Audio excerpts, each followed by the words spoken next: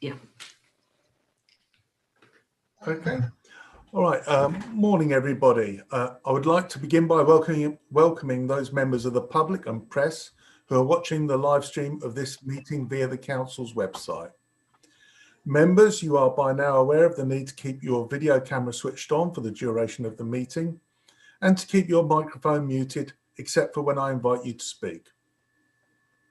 Please click the raised hand function if you wish to ask a question or comment. There is always a risk that we may run into technical problems, and I would ask for your patience if we do. Should this occur, I will declare an adjournment while the fault is addressed, and the public broadcast will be paused.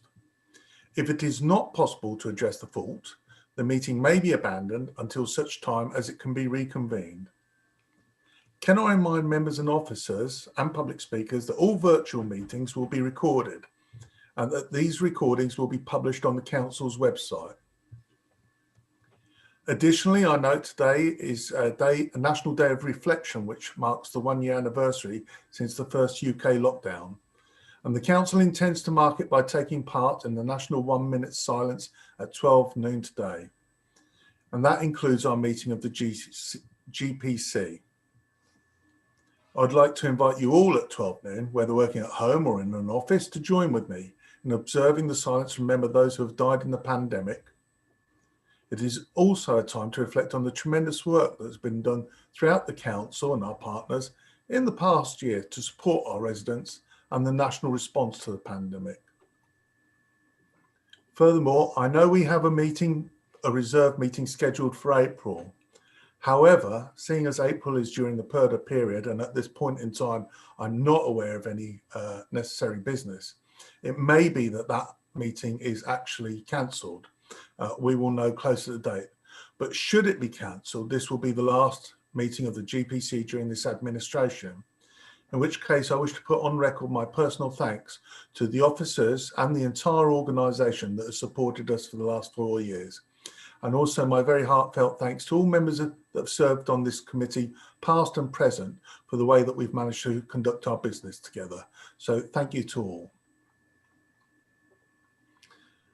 I will now begin by calling the names of all members of the committee to establish your attendance. Please confirm your presence.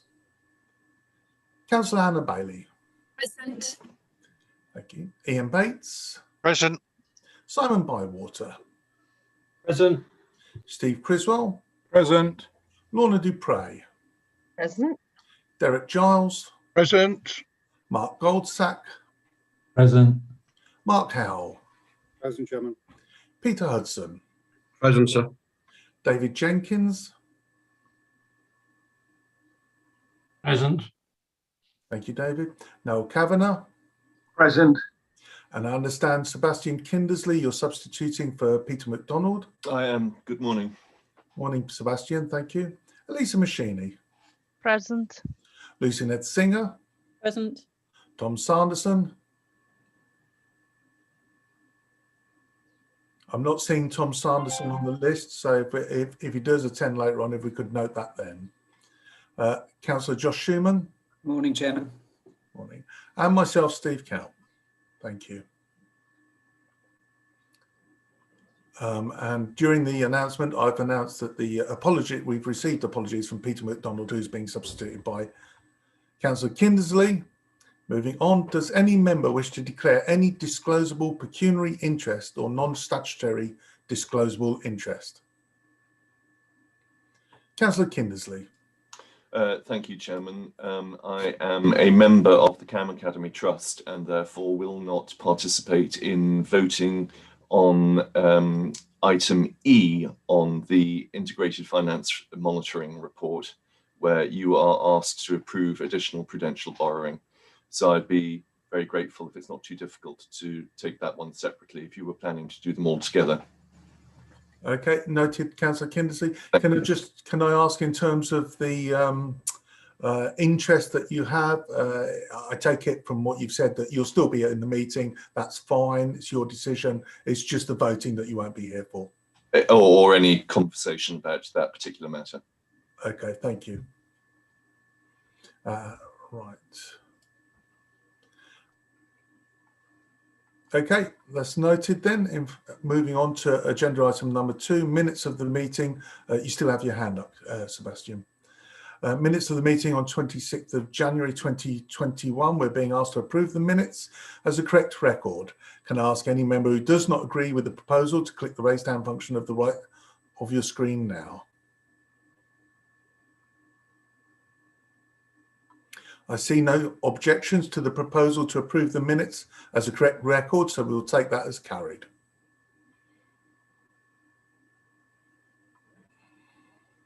On that basis, the recommendation to approve the minutes is carried. I will sign a hard copy when we return to the office. An updated action log has been included in the published papers for this meeting. All the actions are marked as complete, except for the first action at 306 on page 7. Just a minute.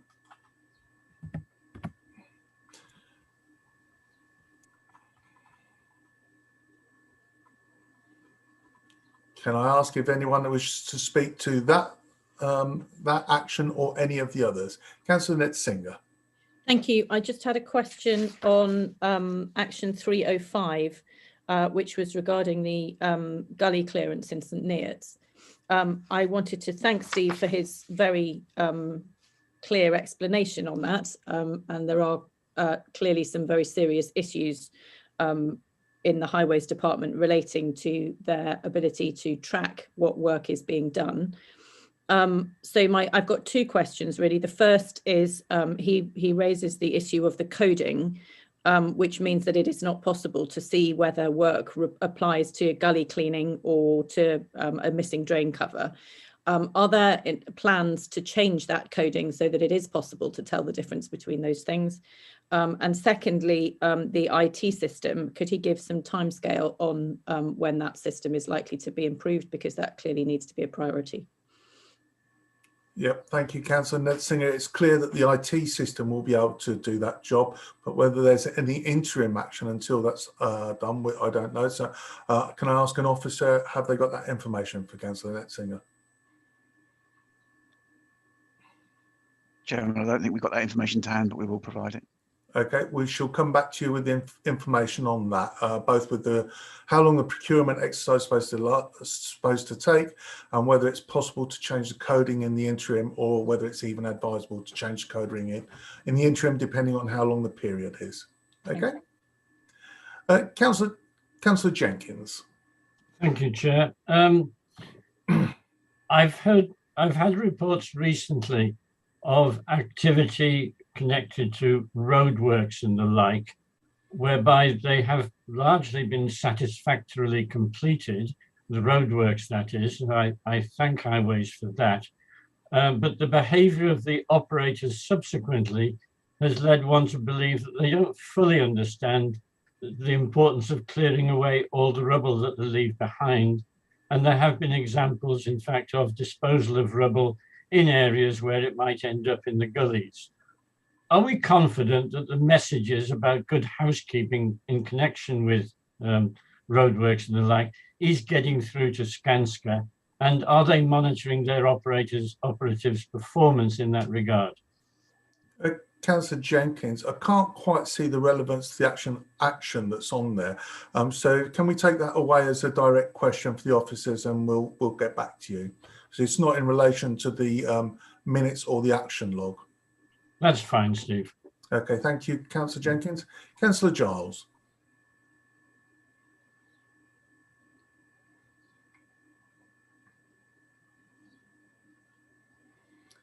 Derek, I can't see you. No, that's okay. I've got a slight problem with my camera, hence you've got the view of my bathtub. My question really is, or just clarification. You've just muted yourself, Derek. Oh, I'm having problems with this morning. My question is to Chris. Could he also copy me into the response he gives to Councillor Netzinger, please, regarding the gully clearance, etc. in St Neots? I'll do that to the whole committee, Chairman. Yes. Right, Yeah, thank you. Just for information, I'd expect any question asked in a public forum of the committee, all of the members to receive the information by response, okay? Right, okay. Unless it's a very specific singular item. Thank you. Liz Robin. Yes, thank you, Councillor Count. It's just to respond on the action to circulate the district rates to the General Purposes Committee. This is covered in the paper on the COVID-19 update with section 4, the coronavirus dashboard. And that outlines the national coronavirus dashboard, which has the links to all the district rates, which are updated on a daily basis. So I believe that covers off that action in that it's now available to the full committee. Thank you, Liz. We can now mark that as complete. Okay. Moving on then.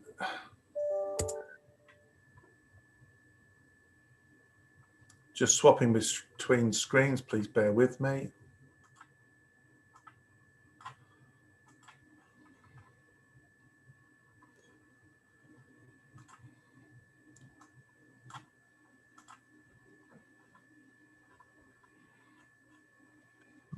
Okay, we've approved the minutes, we've dealt with the action log, so I'm going to move on to agenda item number 3, petitions and public questions. We've received no public questions or petitions, so we'll move to the next item of business, which is agenda item number 4, the Integrated Finance Monitoring Report for the period ended 31st of January 2021.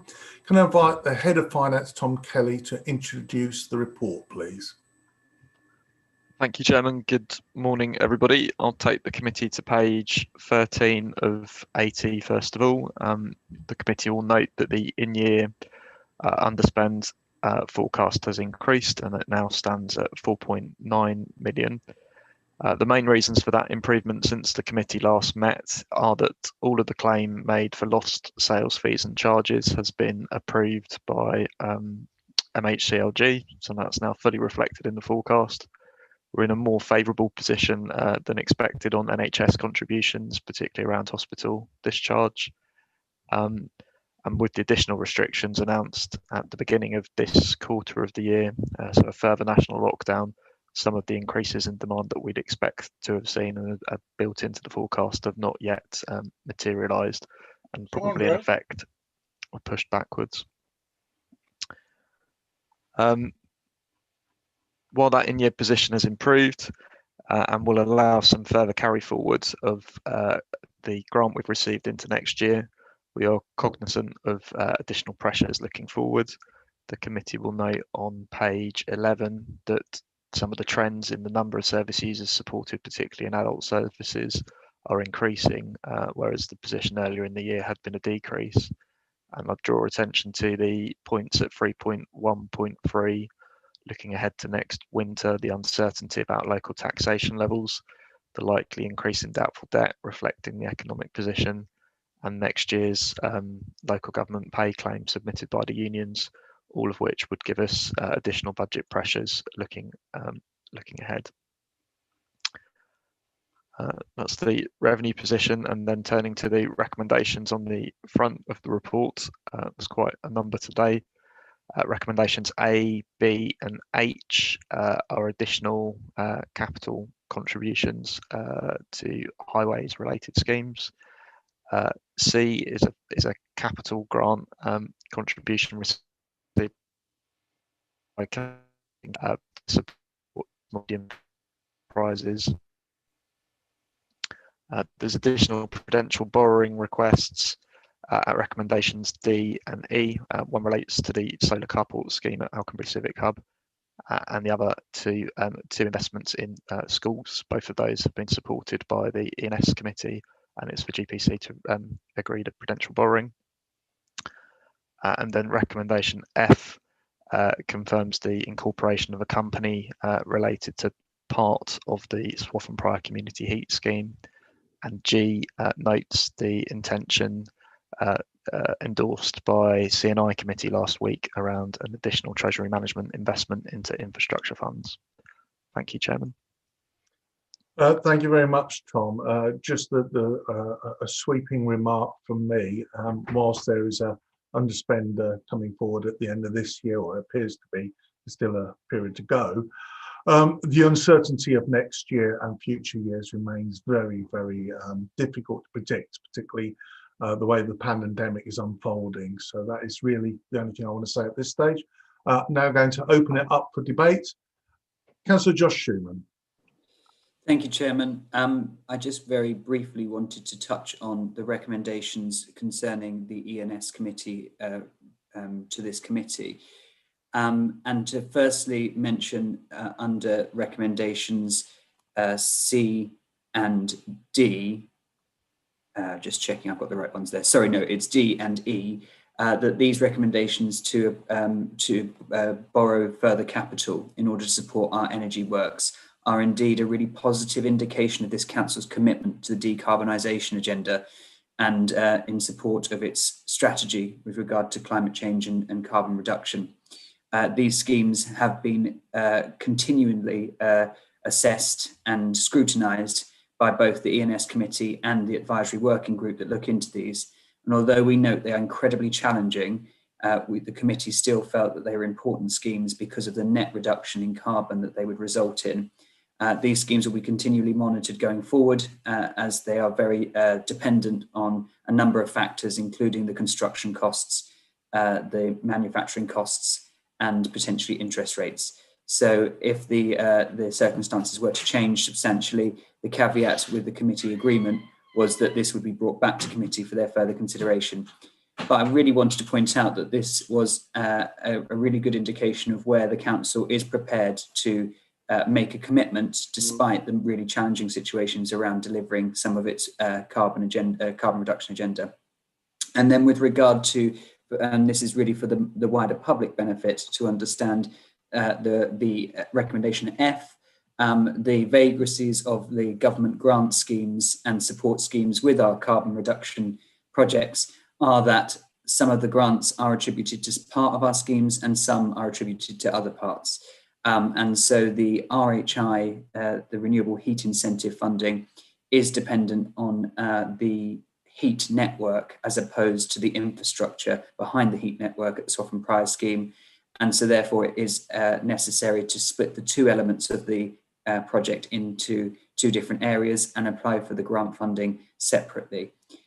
So I just wanted to perhaps point that out. So for the benefit, as I said, for members who aren't aware, but more so for the wider public, that's the reason why we're coming to GPC to request that establishment of that incorporated company. Thank you, Chairman. Thank you, Councillor Schumann, appreciated. Councillor David Jenkins.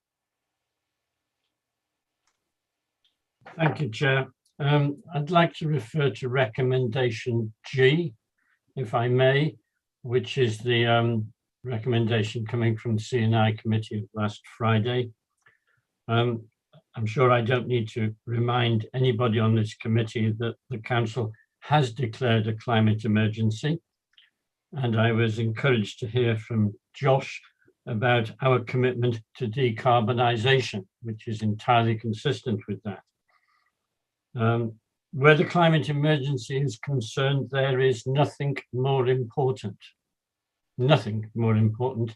It is an existential threat to Cambridgeshire and the planet. And there is no room for compromise. I attended an interesting event last week where Mark Carney was giving us the benefit of his thinking, and he was very clear that where climate change is concerned, you do not compromise, you focus purely on actions to address carbon. And it's the action of multiple organizations like ourselves across the world adding up together which makes the big difference. So it is not valid to say we're only small, we won't have an impact. We will have an impact along with all the others. There is no room for compromise. It is surely wrong for us to prioritize a modest increase in income over the future of our planet. And the fund that is recommended for investment in here has continued investment in natural gas. We must steer away from such funds. So may I request that GPC does the right thing and rejects this recommendation. Thank you. Thank you, Councillor Jenkins. No doubt we'll hear more on this. Councillor Lorna Dupre. Thank you, Chair. Firstly, I want to support the comments made by the previous speaker in relation to that recommendation and support the proposal that we do not accept this particular recommendation. I wanted, however, to follow on what Councillor Schumann said about the matters related to the Environment and Sustainability Committee.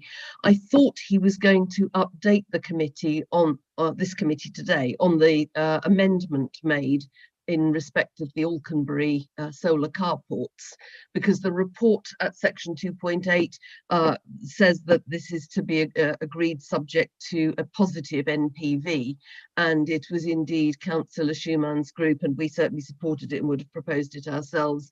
The proposal was made to amend that to read an acceptable NPV.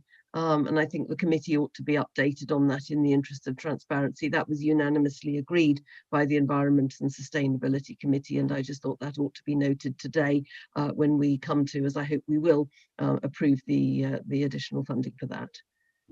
Can I just check, Councillor Dupre, that was agreed by the committee, but you are saying that it was not universally agreed, but the actual decision of the committee was agreed. Is that correct? I'm saying the decision of the Environment and Sustainability Committee to change the word positive to the word acceptable was unanimously agreed by the Environment and Sustainability Committee. However, it has not been reflected in this paper due to time constraints for producing papers, and Councillor Schumann did not mention it this morning, and I just thought it ought to be mentioned. We were all in agreement on that point. Yeah, I was just asking for clarity there, Lorna. Thank you for that. Councillor Mark Goldsack. Thank you, Chair.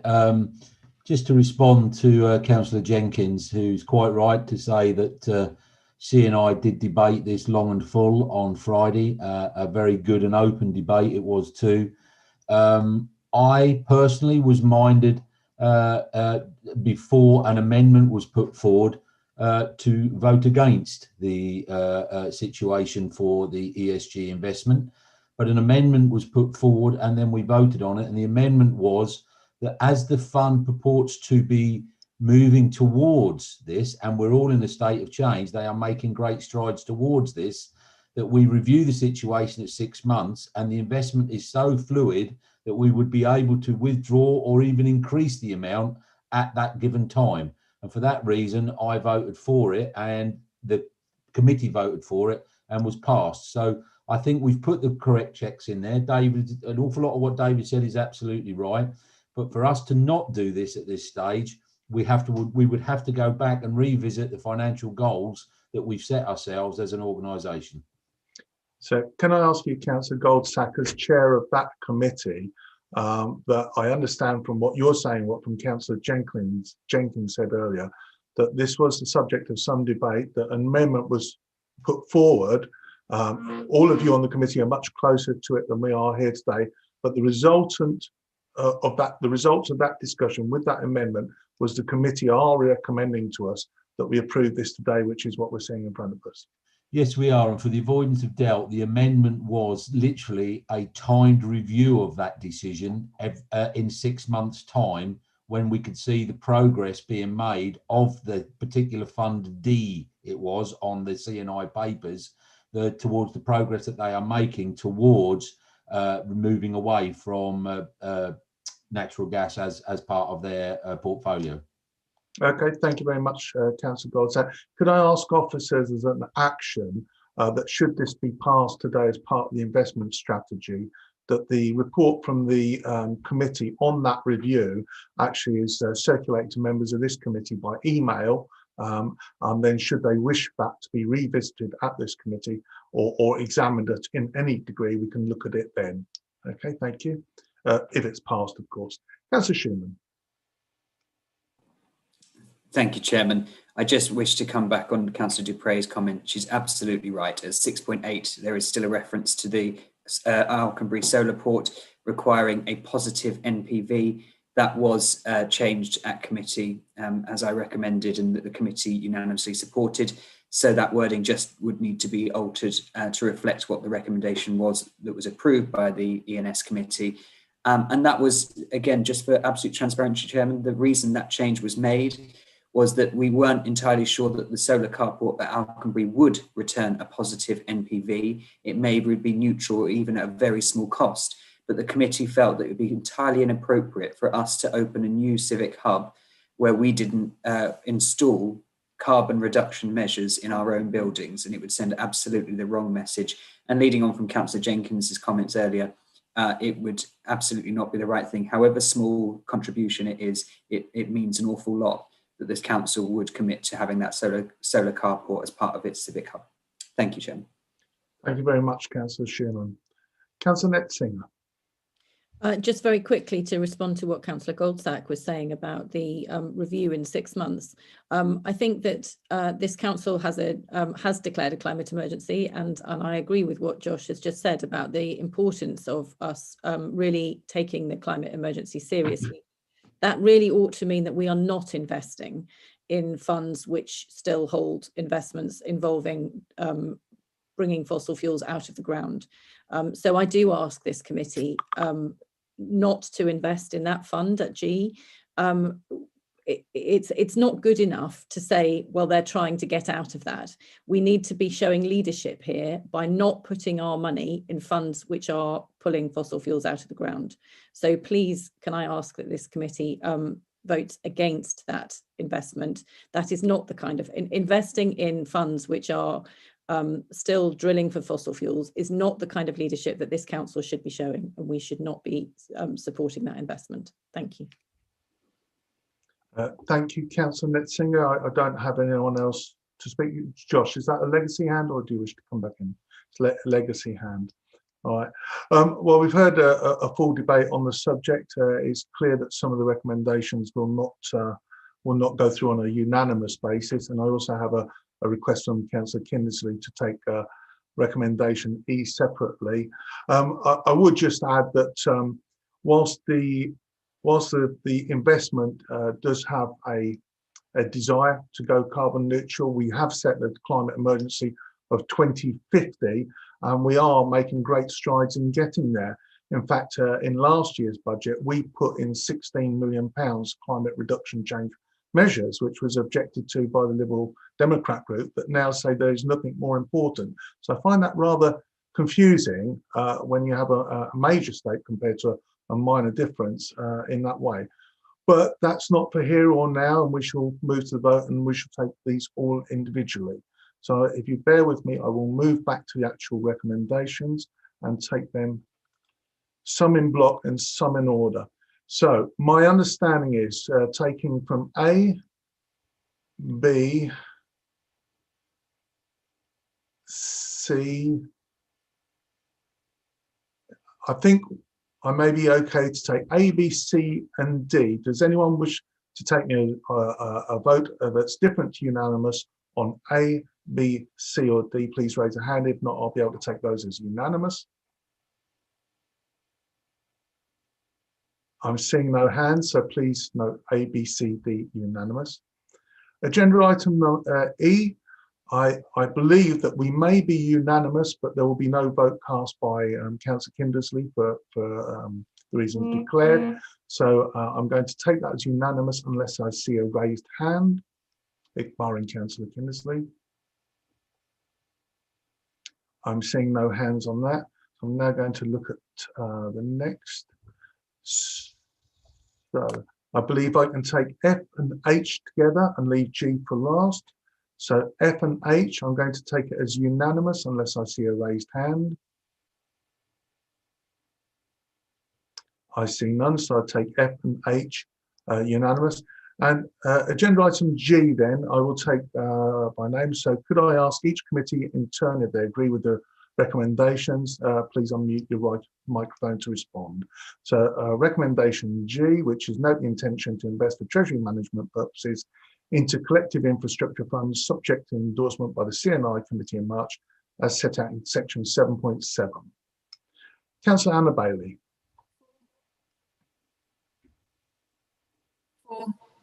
4. Councillor Bates. 4. Councillor Bywater. 4. Councillor Criswell. 4. Councillor Dupre. Absolutely no confusion here, against. Councillor Giles. I'm confused, so I shall have to vote against. Councillor Goldsack, For. Councillor Howell, For. Councillor Hudson, For. Councillor Jenkins, Against. Councillor Kavanagh, Against. Councillor Kindersley, Against. Councillor Machini, Against, please. Councillor Netsinger, Against. Councillor Tom Simonson, have you joined us? Absent. Councillor Schumann, For. and myself, Councillor Steve Count, for. Would the Democratic Services Manager please report the outcome of that vote, please? Chairman, the result of the vote is 9 votes in favour and 7 votes against. The recommendation is therefore carried. Okay, thank you, Michelle. And could I ask that you had a note of that action that I requested? Thank you very much. All right, moving on then, I'm going to go on to agenda item number 5, which is the COVID-19 report. Given the rapidly changing situation and the need to provide the committee and the public with the most up-to-date information possible, I have accepted the COVID-19 update report as a late report on the following grounds. Firstly, the reason for lateness, to allow the report to contain the most up-to-date information possible. And second, the reason for urgency, to enable the committee to be briefed on the current situation in relation to the Council's response to COVID-19. Can I ask the Chief Executive, Julian Beasley, would you introduce the report, please?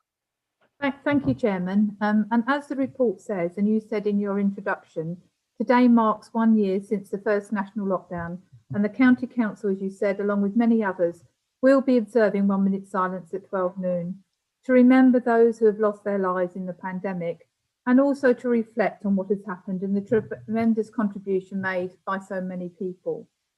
So whilst we're seeing good progress in the national vaccination programme and an overall reduction in case rates, and Dr. Robin will go through that with you in a moment, we still have to recognise that the fight against COVID is not over, and we are planning accordingly. And those plans are shown in the new local outbreak management plan, which is also informed by the new contain framework, which was published last Friday.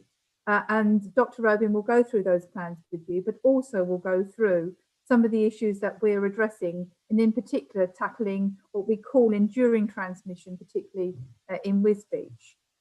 The plan that I've just spoken about has to be finalised by Friday this week, and on Thursday it will be presented to the member-led local outbreak engagement board for their consideration. I mentioned the contain framework, as I say, which is new, and that still demands robust governance to support the response that we're making to COVID-19. And I just want to outline how that governance looks. So it retains the Health Protection Board, which is led by Dr. Robin, and that meets once a week. It supports the need for the strategic coordinating group, i.e. the gold part of the structure, which is led by myself and Jan Thomas, to continue, and that meets twice weekly. That has to now link, and it has for some time, with the regional partnership team, which is led by the Regional Director of Public Health, and we meet with the Regional Director and his team on a fortnightly basis. We're maintaining our gold meetings within the County Council, which meets 3 times a week, with Liz and I leading those meetings. We have the Local Outbreak Engagement Board, which is led by members, and sitting beneath all of those kind of top tier structures, we have a number of groups that are reporting to that group, meeting the response needs in relation to COVID-19. So there's still a robust and very clear structure that we have to adhere to. We also have a recovery board, which is led by Amanda Ascombe, and she's going to give an update on their work after Dr. Robin has spoken. I just wanted to touch on the workforce issues, and there is a detailed report of how we're continuing to support our workforce, but we've just begun a conversation with them about the roadmap out of lockdown, and we published a starting point of that conversation last Friday, particularly how we're going to work as an organisation going forward, and also how we're going to continue to ensure the well-being of our staff. Unlike the 23rd of March last year, when a large number of our workforce had to move to working from home literally overnight, this time we have a chance to think about carefully how our new working environment needs to look like. And we're going to engage our staff in what we call our COVID conversation on Wednesday, which is tomorrow. And we've asked them to consider their team charters, and their team charters are how they've designed their way of working. what they want to retain from what has worked well for them during COVID, but also what they'd like to change.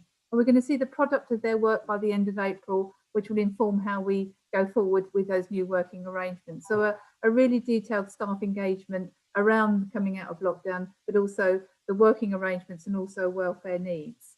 I'd like to turn to Dr. Robin now to talk about our current epidemiology, the really difficult issues of enduring transmission, and also our new local outbreak management plan. Chairman, and I'll hand over to Dr. Robin. Thank you, Gillian. And just to update you on the epidemiology, which is outlined in your papers, we now have another 5 days data on our case rates for COVID-19 in Cambridgeshire, and actually they have changed very little. So our current rate of cases per 100,000 population is now 52. I think it was 51 in the paper, and that's for samples taken up to the 17th of March. The rates in Finland have increased slightly to 116 cases per 100,000. But again, that is the level of change that you see frequently in that size of population. So what we're really seeing with our case rates in the most recent week or so is a stabilisation. This has been seen nationally as well as locally, stabilisation or slight increase. And that's related to large increases in testing of people without symptoms as secondary school children go back to school and are tested. Testing is open to their families, and we're also continually ramping up our testing in workplaces of people without symptoms. So we're seeing that stabilisation of case numbers or slight increase.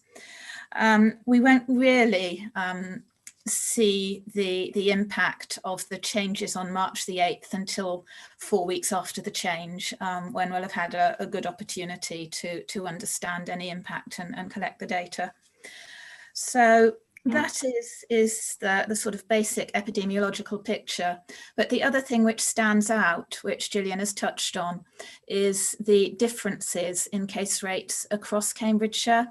And what we are seeing is a much higher case rate in Finland, and we have seen that consistently for some time as we've been coming out of lockdown, with the case rates falling more slowly than nationally. This is similar to the picture in Peterborough and also to the picture in South Holland. So a geographical area which shares borders, but with different administrative boundaries. And this area has been recognised locally and nationally as an area of what's called enduring transmission. And really what that means is that there are factors in that area which stop the case rates falling dramatically in a lockdown situation in the way that they have in many other areas. And that mean that transmission does continue, and you'll continue to see higher rates. We, as described in the paper and the details given there, we had a visit from a Cabinet Office COVID-19 field team to meet with officers, public sector, community and employer representatives from Peterborough and Finland. It was a very constructive 3-day visit in which we worked through a lot of the factors leading to enduring transmission, which are detailed in the paper. And we continue to have discussions with the regional and national tiers on how we will work together to address some of the root causes of this transmission.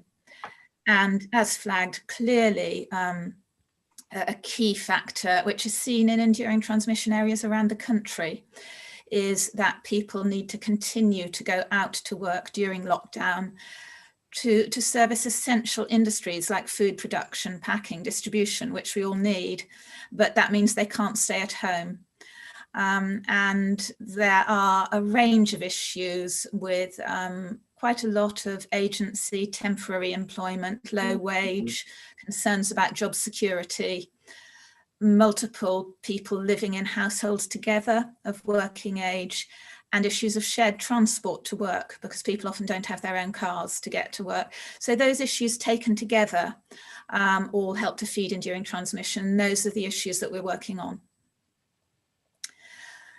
I'll mention vaccinations. This programme is led by the NHS, but we're working together as a system to maximise our vaccination uptake. On the latest published statistics, we'd given nearly 350,000 doses of vaccine across the Cambridgeshire and Peterborough STP area by the 14th of March.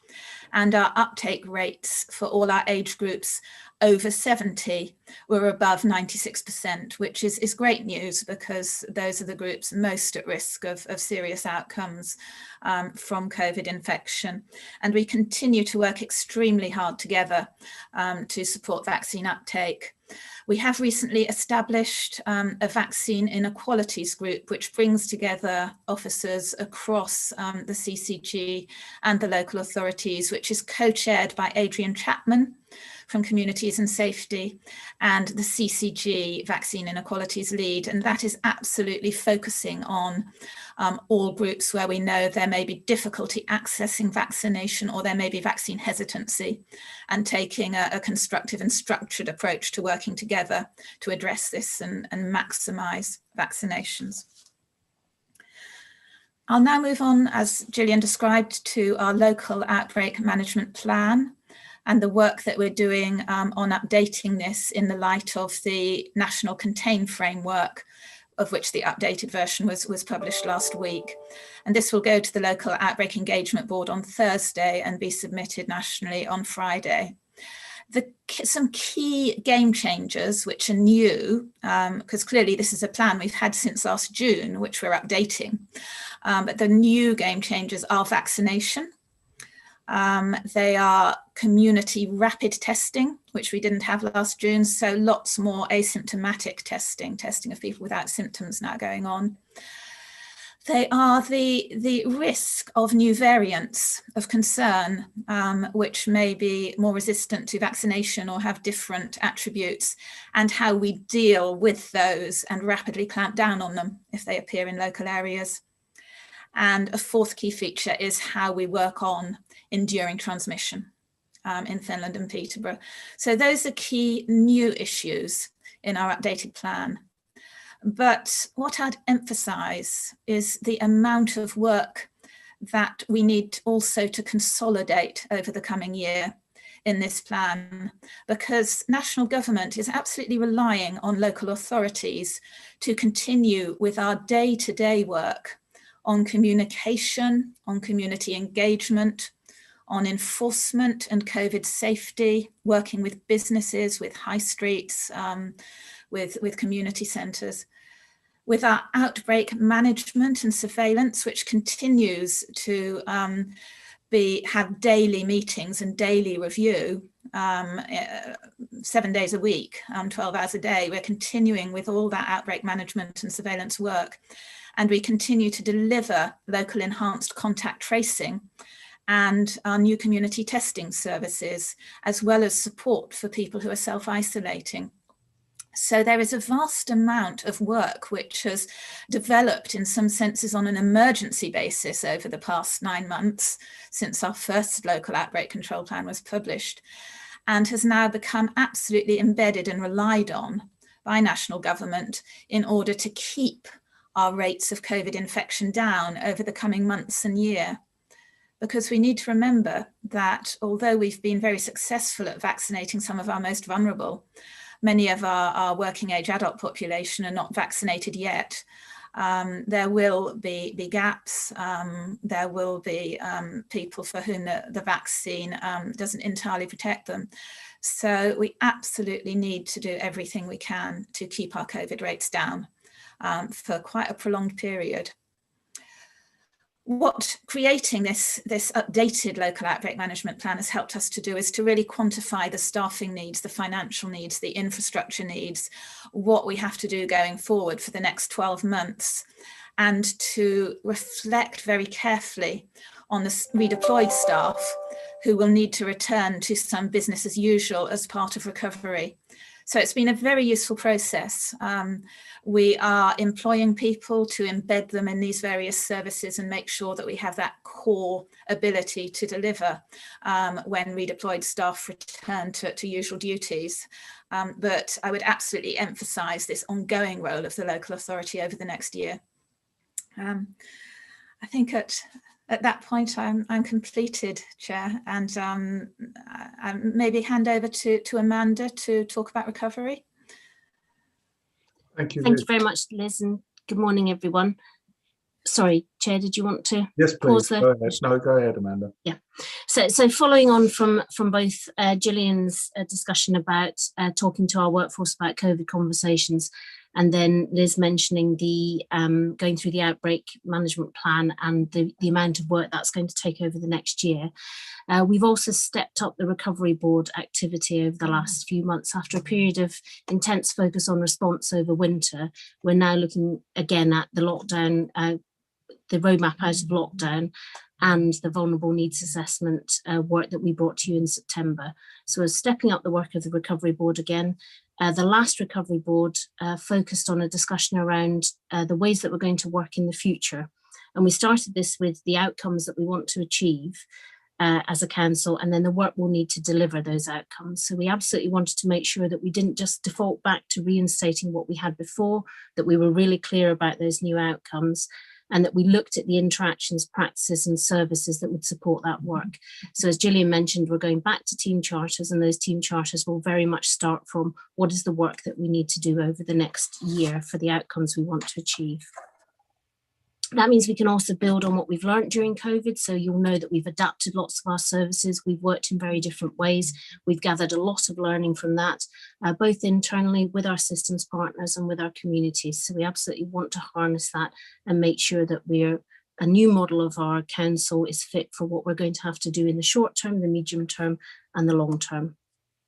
So I spoke there about refreshing our needs assessment. So you'll know that we brought that to you in September and looked at what we thought the likely impacts of COVID might be.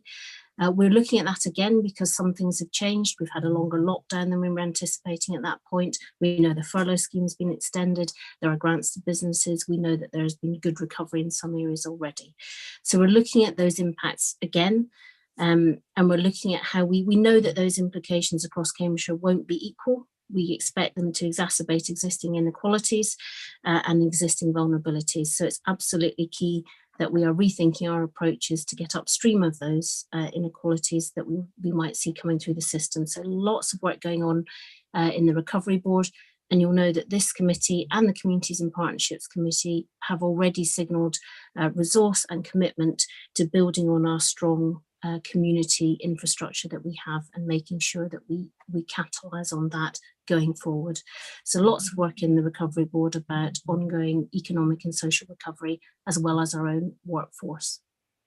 Thank you. And just to note as well that Amanda Rose is here from Communications, should anybody have any questions about that section of the paper. Okay, thank you very much, Amanda. Unless Amanda Rose wants to introduce any parts, I think I'll open it up for general debate. No, I'm obviously happy to accept any questions if people have got anything.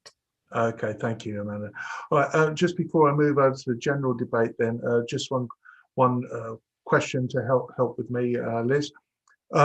We heard a lot about the infection rates and where it's more resilient in Fenland, and I certainly was part of that Cabinet Office visit to this area and had an extensive meeting with them, which was a very interesting exchange of information and examining action plans. But one of the things that the public has focused on, and I have focused on, and many of us have focused on, is on infection rates over the last year. And the reason for that is there's been an absolute direct correlation between serious illness and deaths following on from that. That's, the tragedy of that a few weeks later on. But my understanding now is that that link, that correlation is well and truly broken by the vaccinations. And whilst we do really need to drive down the infections to stop new variants arriving, developing, and for the general health of our society, that actual direct link to deaths is broken and would probably, on a graph, be one of the best examples to show why we should avoid how to get over this hesitancy you mentioned. So I was just wondering if you wanted to comment on that at all. Yes, I think one of the key features of our local outbreak management plan in the thinking is that the correlation between case rates, hospitalisation and deaths will definitely have changed significantly. And that's recognised locally and nationally. I think one of the issues is that in terms of deaths, which is clearly the ultimate outcome we want to avoid, deaths have been very, very focused amongst our oldest populations, although there have been some deaths at younger ages. The largest numbers have been amongst more elderly people, but the hospitalisations are a bit more spread. So there will be one relationship between case rates and mortality rates. There'll be another relationship between case rates and hospitalisation and pressure on the NHS, because more younger people do go to hospital for a time.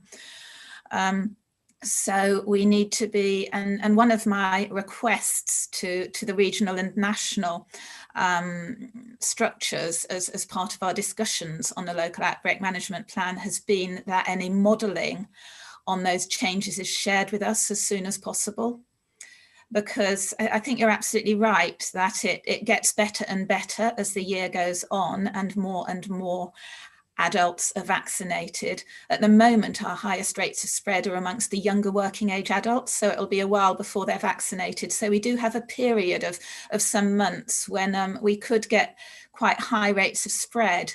And the question is how that may spill over into our more vulnerable populations, either because they haven't had the vaccine or because no vaccine is 100% effective. There'll always be a percentage of people who are still vulnerable, and how that equation will work. So without getting too technical, I agree with you, but there are still some significant risks over the coming months. Yeah, thank you very much, Liz. And what you said does actually highlight the need that whilst the deaths may go down, the actual impacts on the NHS and the serious illnesses is a different factor entirely. So we still need to get the infection rates down for that reason. Thank you very much. I'll move on to the debate. Councillor Goldsack. Thank you, Chairman. It's probably directed to both Liz and Amanda because it's to do with communications. I've had the privilege for the last 12 months to be actively involved day in, day out in a village volunteer support group. And throughout that period, we have been picking up prescriptions from the Staplow Medical Centre across in Soham, 4 or 5 miles away. We've done shopping, we've done all kinds of requests. The requests that have been coming for help have all but stopped. People are not asking for prescription runs anymore. We have no requests this week, which is the first week of no requests in a 12-month period. Even when we were up and running last autumn, we were still doing prescription runs because people were nervous. So I would have to say, on a positive, with the strength of the vaccination rollout, people have a bit of a false confidence. Most people in this area now, probably down to the age of people in their 30s, have had their first jab from the Staplow Medical Centre in Soham. They really have been exemplary out there. They've done a great job. However, I just feel that we've got to step up. If we've still got to guard people away from this and for carrying reasons, we've got to do it. I can also back this up.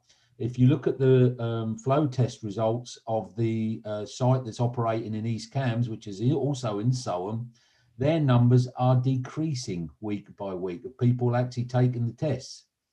You know, so I think if we've got a comms issue there, then we need to get on this, and we need to be what's the word here? We need to be helpers and supporters of that comms message to get out there. So help us to help you is, I think, my question.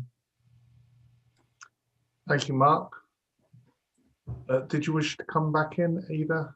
I can respond. Yeah, I think you're right, Councillor Goldsack. I think there is a real level of complacency there, born out of the fact that lots of people are being vaccinated, the rates are coming down, and it is really a double whammy, and people do feel this sense that they're a lot safer than they were perhaps last year. So I think you're right, that could be the reason. And we do know that people are feeling like that, and that's one of the reasons that the comms plan over the next few months is badged with, you know, this all depends on us.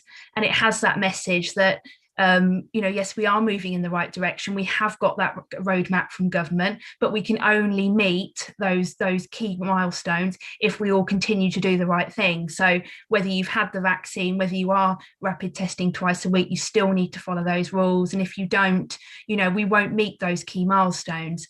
And the comms that we are pushing out on a daily basis does really push that message. Picking up on the point about how you can help us, we do have toolkits that we're producing on a weekly basis that you should be receiving. Please let me know if you don't. And I'm hoping that gives you messages that you can share really easily on social media with friends, family, with in particular local groups in communities, so that we can really reach as many people on the ground as possible. Have a look at those. And if you think there is something that we're missing in the communications, do let me know. But as I said, it is very much focused on the fact, yes, we do have brighter times to come, but we all need to do a number of things to be able to get to those key milestones. Can I just quickly come back on that? What is the comms route back through the medical centres through which all of these people are attending? Not just medical centres, Newmarket Racecourse out in our direction, where these sites where people are going for their vaccinations. That's an absolutely brilliant, no pun intended, touch point for communications to go out. So you've had your vaccination, but be aware of this. You know, are we doing that? Are we capturing people like that? Because not everybody sees emails, not everybody's on Facebook, but the majority of people will and are having vaccinations. You are right. And I don't know if you, Liz, you know the answer to this. If not, I can pick up with the communications team at the clinical commissioning group to see what guidance and information is given to people when they receive their vaccine. But you are right. You would hope that they are given information at that point, which makes them aware that they can still share the virus, and that this is what we need them to do, despite the fact they have had their vaccine. It's a really good point. So I'll take that back to the CCG, unless, Liz, you know already what information somebody receives when they do get their vaccine. I'm just trying to think back to what I received when I had mine. There was a national leaflet that came through. The vaccination centre was excellent, but also extremely efficient. So relatively little opportunity for that conversation. And I think it's a very good point, and we should take it back to the CCG. Yeah, I will. Perhaps a text message or something afterwards to people as you get when you receive a test result, something like that. I'll pick that up. I think before I go on to the next person, it was a very interesting suggestion there, because it does capture everybody that has their first vaccination. And I'm just going to talk from personal experience. I had mine slightly early. I have a lung problem. And what happened after my vaccination, I had to sit in a room for 15 minutes. Now, I don't know if that's common to everyone, but whilst you're sitting there for 15 minutes, a great big sign on the wall to say, remember, you are not safe. You know, not the small print one that you get in the leaflet that's handed to you, but a great big sign on the wall saying you're not safe at this point. Please remember, something very similar like that. If that's a common thing of this seating for 15 minutes, it'd be a great spot for a simple message. So one for you to take away and think about. And definitely. Thank you. Thank you. Councillor Dupre. Thank you. Two questions, if I may, both on vaccinations. The first one is that we still, as I understand it, and I've been asking about this for a while, and comms has been very helpful, but has reached the end of what they can do. We still don't have details of proportions of different minority ethnic communities who have been vaccinated. We have raw numbers, but not what proportions those are of the different minority ethnic groups. And it seems to me that that information would be really helpful in enabling efforts to be made to promote vaccine uptake, in particular minority ethnic groups where that is an issue. But I understand that the issue is one of the availability of data. Is there any way of resolving that at a regional or national level, and what is the authority doing to try to promote that? The second question is about vaccination centres which have stocks of vaccines. And as I understand it, one certainly, as I've been told about, has been told that they cannot offer the vaccine to the under 50s age group, even though they have the vaccine ready and waiting to go. Is that a correct picture of what's going on in places where there is a stock of the vaccine, because there's been some kind of regional or national moratorium on giving to the under 50s while they prepare for the dip in supply, which we understand is going to be happening during April? Is it the situation that there are vaccination centres that have vaccines ready and waiting and are told that they cannot give them to the under 50 cohort? Thank you. Shall I take those, Chair? Yes, please do, Liz. Okay, thank you. So your first question about the proportions of people in ethnic minority groups who have not taken up the vaccine, that is something we're doing a lot of work on, Councillor Dupre. I think one of the challenges that we have is that if you like, the denominator, the bottom part of the fraction that we use to make that calculation, is based on forecasts of the populations from the 2011 census. So when you get to local level, actually that is often not very accurate. So I do have access to some of the NHS national databases which give us some of that information, but we lack confidence that those forecasts based on 10 years ago are accurate enough to really say that we can give reliable information on the proportional uptake. So we want to work with all communities and address issues where we are aware of. But I think that the Holy Grail is to have really accurate information. At the moment, that's not necessarily achievable. And we'd be cautious about sharing information very publicly when we weren't convinced that it was reliable. A way forward is detailed work with the GP practices so that we can collate that locally outside the national system in a sense, but that takes time. And that's something that we're certainly in discussion with the CCG about, because we all want this. The second issue around the under 50s, basically my understanding is that we are focusing on vaccination of priority groups 1 to 9 and as getting as many people as possible in those age groups and vulnerability groups covered.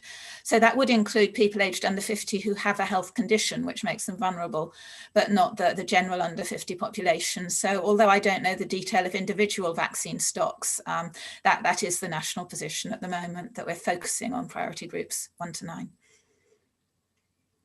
Thank you.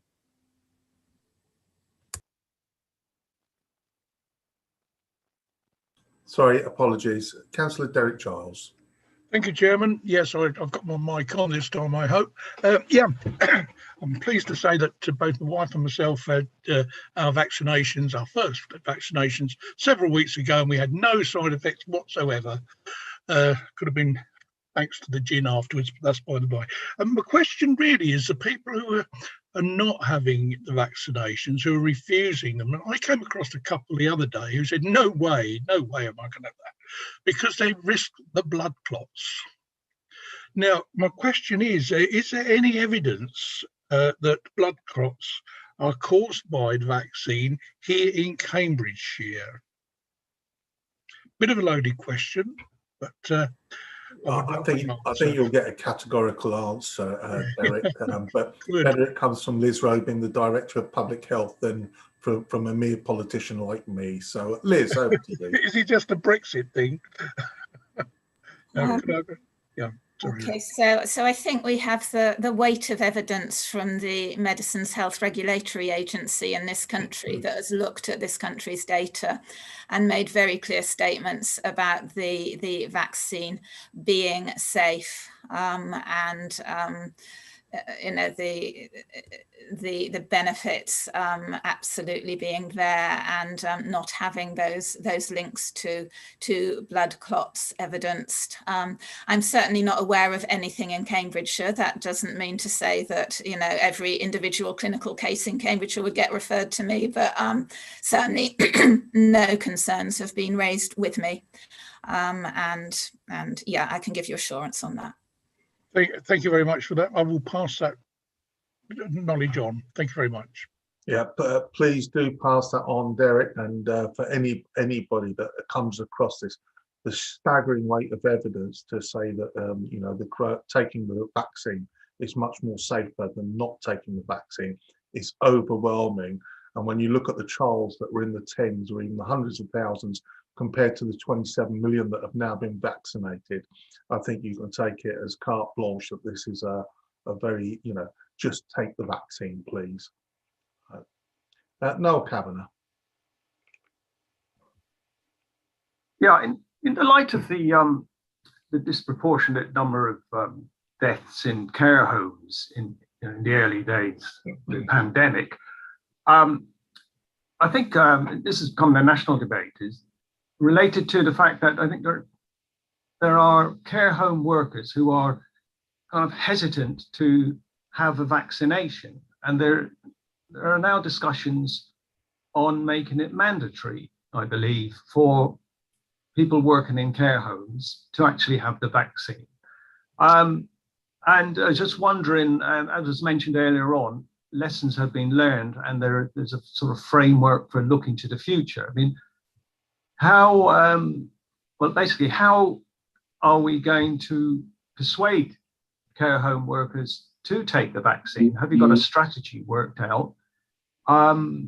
If it is directed from central government that they have to be mandatory, because it's something that has been mentioned to me by residents and so on, that it just doesn't seem to be common sense that you have, you know, vulnerable people in care homes and having staff working with them who are refusing to take the vaccine, which clearly is the way to tackle the pandemic and cut the deaths. Yeah, thank you, Noel. I think, as you're aware, this is a national debate, or I think from the county council's perspective, we're doing everything within our power to convince everybody that's eligible to take a vaccine at the moment. That's where we are. Should the government decide that it's mandatory at a later date, then of course that will change the situation. And should they consult with us, I'm sure that we would have a very firm opinion that we would like our care workers to be vaccinated for the safety of all. But as at the moment, we're just doing everything we can to persuade people. Okay. Councillor Netsinger. I will be super brief because we've discussed this quite long, but I just wanted to come back on what Councillor Giles was saying about risks. I think it is really, really important that we get the message out that the risk of COVID is by far the biggest risk. And that's the really critical message to get out, that the vaccines are incredibly safe in comparison with getting COVID. And we all need to make sure that that COVID rates are reduced, not just by taking the vaccine, which is a really, really important part of that for care workers and for anybody who is offered it, but that also we continue to suppress the virus wherever we can. Those rates in Finland are still quite high. They're still higher than they were last summer, I believe. We really need to make sure that those rates keep coming down, and the fact that they're not coming down is quite worrying. And I think we need to get that message out that actually the vaccine doesn't mean everybody's fine. Please take the vaccine. Please continue to take precautions, because even though young people may not die of it, the consequences of long COVID and of the disease itself are very unpleasant. But that's all. Thank you. Thank you very much, Councillor Netsinger. Very much reinforcing the message we should all be giving out and have tried to give out during this meeting, that, you know, we're all on a common thread here.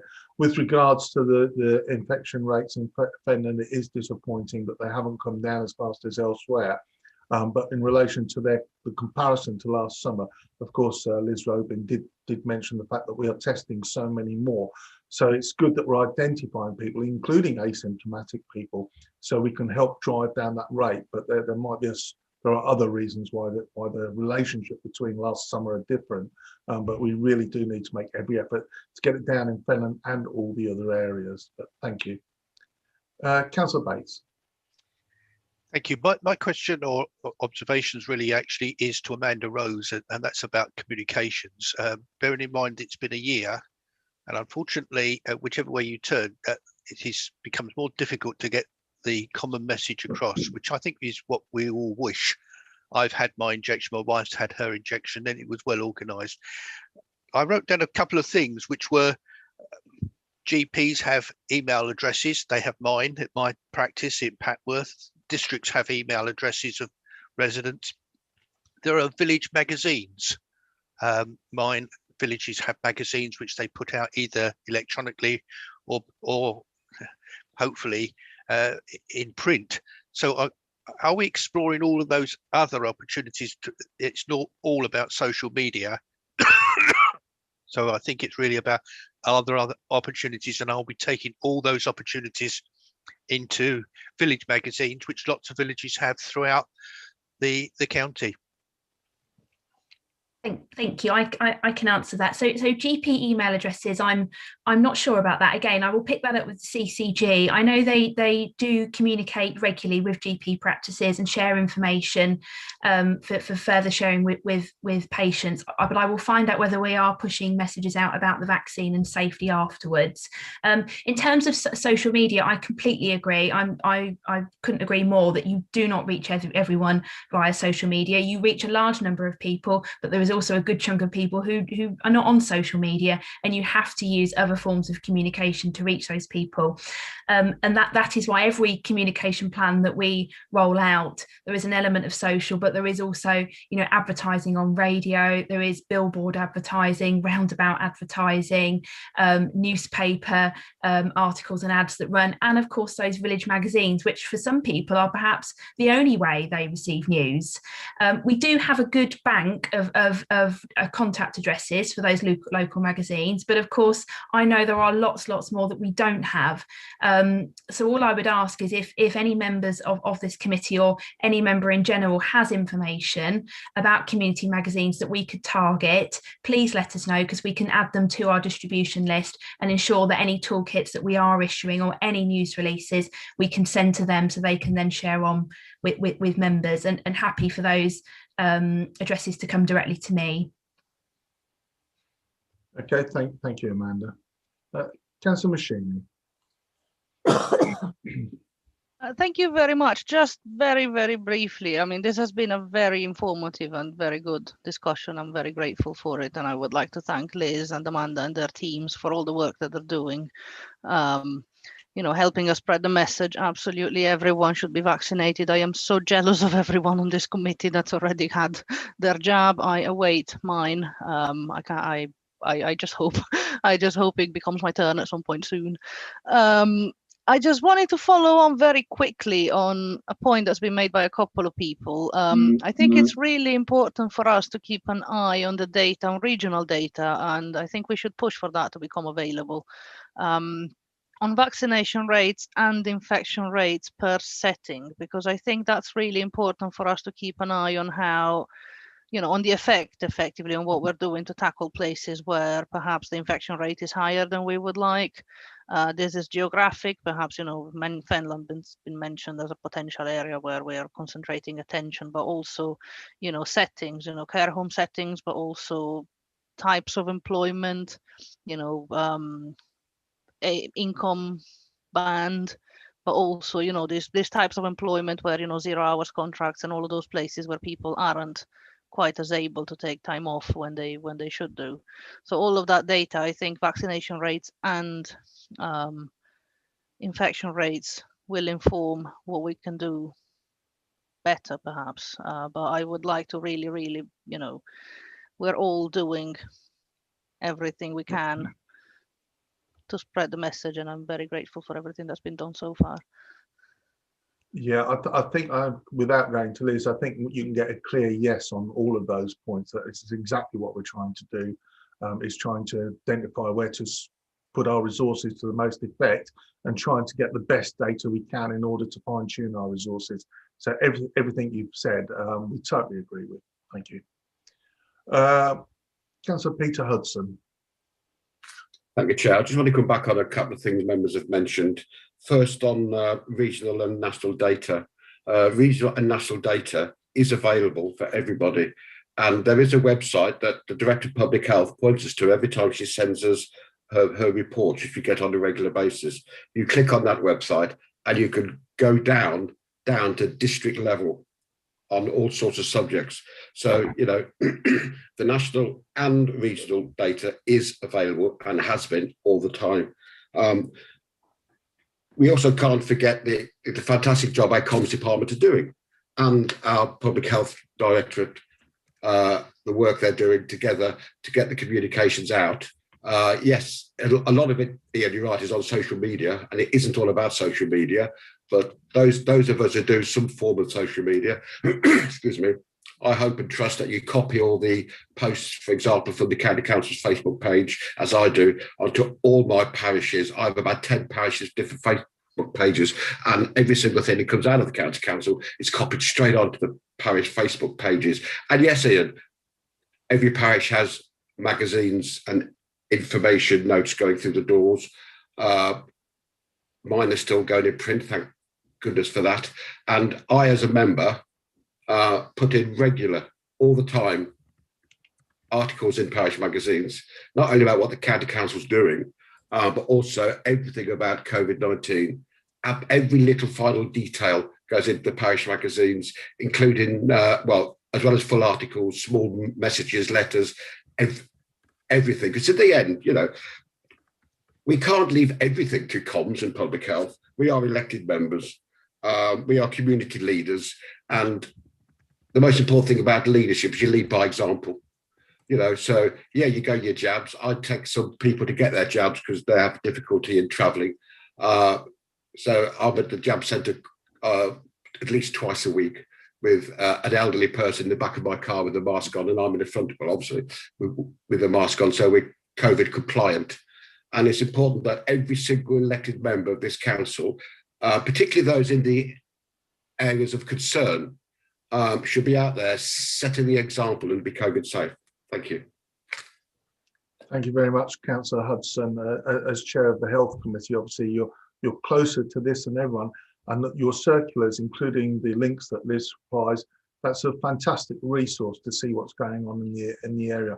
And I've never seen so much communications come out in all the time I've been a county councillor as the continuous steady stream that we have of information from the comms department and all the areas of the council on this. And it's not just the one area of information that we get. So, for example, we get briefings every week on children's and attendance and outbreaks of school, those sort of things. That just the depth of information that we receive is astounding, and it's incumbent on us to pass on the relevant ones to our local communities, as you suggest. So, thank you very much for that, Peter. Councillor David Jenkins. Thank you, Stephen. Let me just echo a little bit about what you've just said. The difference between now and 12 months ago is that we've got data. We were all in the dark 12 months ago, but the accessibility of data with respect to what is actually happening makes it much easier to manage this pandemic locally. So I salute all those people who've been out there making that data available, and the web links to which Peter refers to are invaluable. I'd just like to come back to Liz's presentation earlier on, in which she introduced us to this concept of the area of enduring transmission. And by the way, Liz, as always, was extremely competent in the way she explained things. And she has been an excellent Director of Public Health and a great loss. So all good wishes to her in her retirement, if that is where she's going to. The report talks about why Fenland, etc., are areas of enduring transmission, and they really shouldn't be surprising to us. Levels of deprivation, housing conditions, working conditions, low wages, etc. They are the marmot determinants of health, which are talked about as a litany within public health circles. When I was a member of the Health Committee way back, we in fact initiated a program to try and address these for Finland. And Steve, you have confirmed that you and I met with the Chief Executive of Public Health England 4 or 5 years ago to talk about what we might do. I guess we haven't achieved that much, and to some extent we've let the people of Finland down. So maybe the incoming council can put high on its list of important things to do, address the levels of deprivation in Finland. It should be our version of levelling up. Thank you. Yeah, thank you for that very much for that, Councillor Jenkins. And I remember quite clearly meeting the National Director of Public Health and the things that we had in plan. And some of those things, you say we've let the people of Finland down, but I think you're being a little bit disingenuous, or not disingenuous, that's the wrong word. I think you're not taking enough credit for the work that we've started and got underway, to be fair. So if I just take one simple figure, smoking, the anti-smoking campaign, I think we got the rates down from about, I may not be up to date on this, but let's say 27% down to 16%, 11% reduction, taking it from the highest smoking in the county to the second lowest at that, the last time I kept up with that. We've got work programs on fitness levels over there. The actual diversion of a lot of the children's work that was going on, the families' work that was going on, that was concentrated on buildings, transferred into outreach programs into areas that needed it the most. There's a plethora of stuff that built on the motion that I put forward to council a little while ago to tackle of areas of deprivation, and that motion actually gave us the ability to hang a lot of projects and policies onto that, because we actually gave it a very good target. So I don't think that you're giving it enough credit, but perhaps that's because of the difficulty of just how long-term an aspiration this will be. It's not something you change overnight. We'll take another example. We've got about £7 million to Opportunity East for the education in that area, which helped with some of the education facilities, as well as the £100 million actually regenerate all 4 of the secondary schools back in about 2013. So it's a massive program that's underway. And I don't think that we should also forget the fact that perhaps we've closed the gap on where Cambridge and South Cambridgeshire were 7 years ago, but they've actually accelerated from there, and their actual outcomes have improved. And so it's been we've been closing the gap on a chasing tail, so to speak. So credit where it's credit due, but a lot more work to do, and thank you for raising that, David. Steve Criswell. Thank you, Chairman. I just wanted to pick up on Councillor Jenkins' point. He said it should be a priority for the new council. Just to reassure him, it actually already is. So the Communities and Partnerships Committee is very focused on social mobility and helping those in greatest need, particularly as we recover from the pandemic. The work that we were doing previously has been stepped up to a huge degree. And we are intent on bringing everything in our armoury across the whole council actually to deal with this. So very much high on our agenda, and I'm sure it will continue after the election, Chairman. So just to give that reassurance, thank you. Thank you very much, Councillor Criswell. Councillor Peter Hudson. Thank you, Chair. Just to go back on Councillor Jenkins, I don't believe we've let the people of Fenland down as much as he thinks we have. We still have the Healthy Fenland Fund, which pumps hundreds of thousands of pounds into Finland every year, and every year that fund raises by at least £30,000, which is this year. And the results coming back from the project from the Healthy Fenland Fund are absolutely fantastic. Are we where we want to be? No, we're not. Are we where we want to be, or where we want to be next week? No, we're not. It's a long-term thing, and we're working really hard and pumping the money and the staff and the resources into Finland. Thank you. Yeah, thank you very much, Peter. And just to endorse what Steve Criswell said, you know, it very much is a priority for the council across all areas, not just specific areas, because that's something, not just Finland, any area of multiple deprivation is something we really need to concentrate on. Part of the, we hear, it's such an important thing. We even hear the government and Boris tagging on to our original ideas. It's called the levelling up agenda, and we were here first. So thank you very much. Moving on then, I'm going to move to the actual recommendations. Before I do, I just wanted to pass on personal and the thanks of the General Purposes Committee to everybody that supports us through coronavirus, but particularly to you, Liz Robin. I know that you're stepping down, retiring, and I just want to say thanks to you personally. And you've heard it before at full council, you're hearing it again today, and no doubt you'll hear it a few more times, but it'd be remiss of us not to mention that. So thank you very much.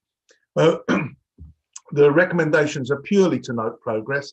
So if I could ask that unless somebody raises a hand, we shall take that as read, and in which case I shall then, if that's okay, move. Peter, a legacy hand, I think. Peter, do you want to just take that now? Yeah, thank you. So with that, we'll take that as noted. Thank you very much. And I'm going to move on to the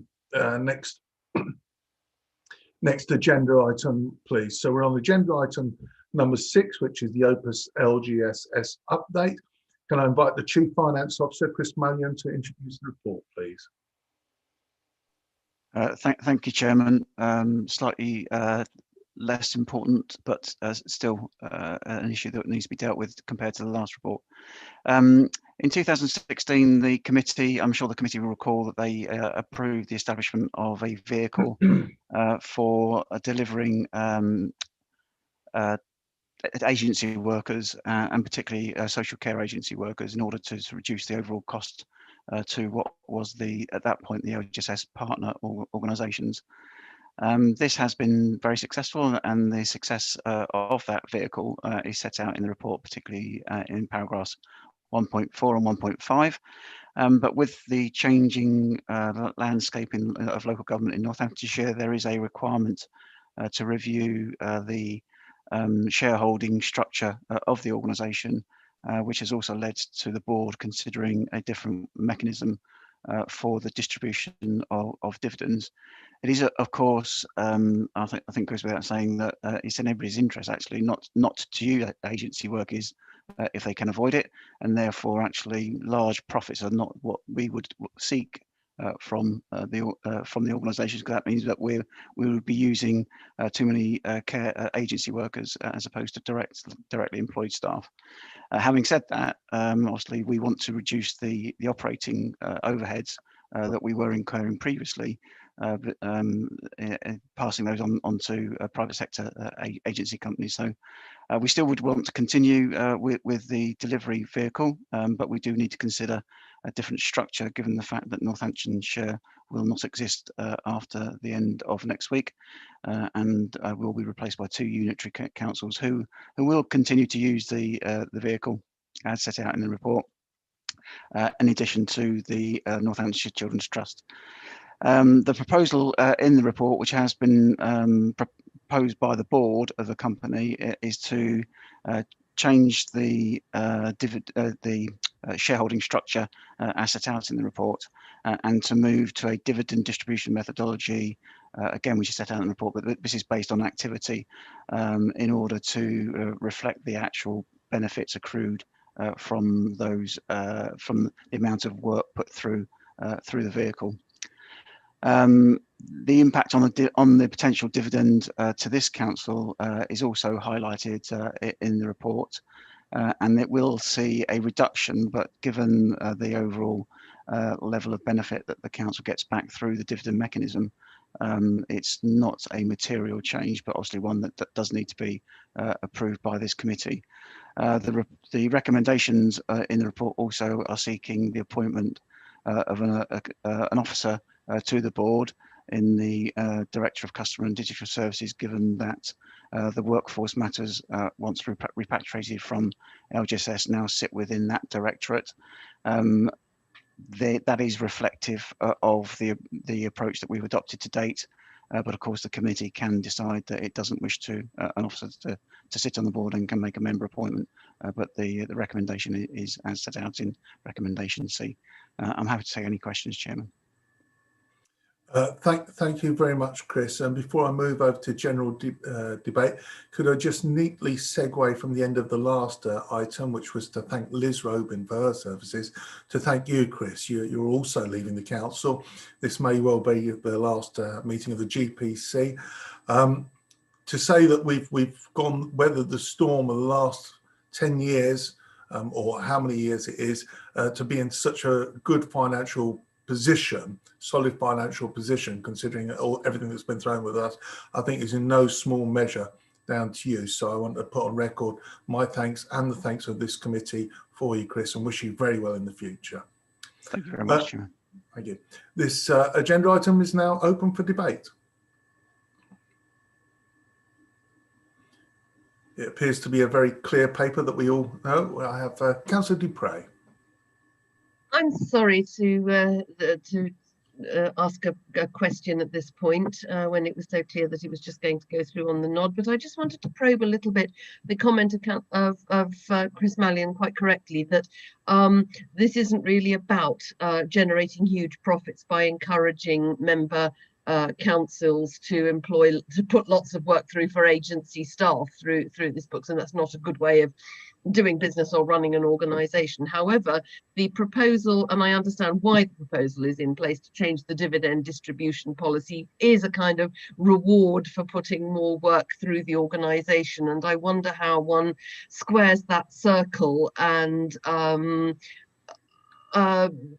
limits the impact of what is a kind of perverse incentive. Yeah, I'll go to Chris in 1 second. I'd just like to say that this is the same example we have with ESPO, but we're not really the direct purchasers in a lot of cases with ESPO. It tends to be the schools. And it tends to be almost like you go to Tesco's, if you're there, you use your club card, but you don't actually shop at Tesco's because you have a club card, if you see what I mean. Other supermarkets are available, but I think it's along them lines. We'll always try and get the best staff from the best source that we can, but because we co-own this company, it's useful to have a dividend at the end of it. Chris, anything you want to add into that? I can't add anything to that analogy, Chairman, no. Thank you very much. Sorry, I drifted off into the world of supermarkets there, my apologies. But okay, Lorna, is that okay?